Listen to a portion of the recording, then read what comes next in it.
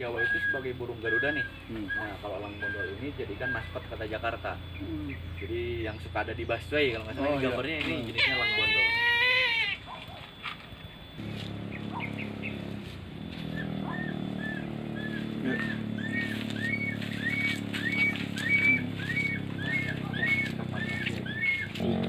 Juga kalau si sikap elang ini tuh bukan elang Indonesia, Pak. Ini asalnya dari Jepang, dari Korea.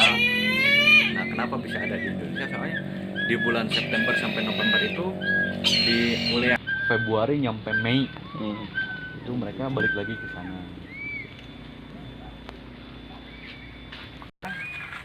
Tercatat sikap madu ini menempuh perjalanan kurang lebih 10 km dari Jepang menuju ke Tasik. Tempat migrasinya itu di Tasik. Itu tahun 98.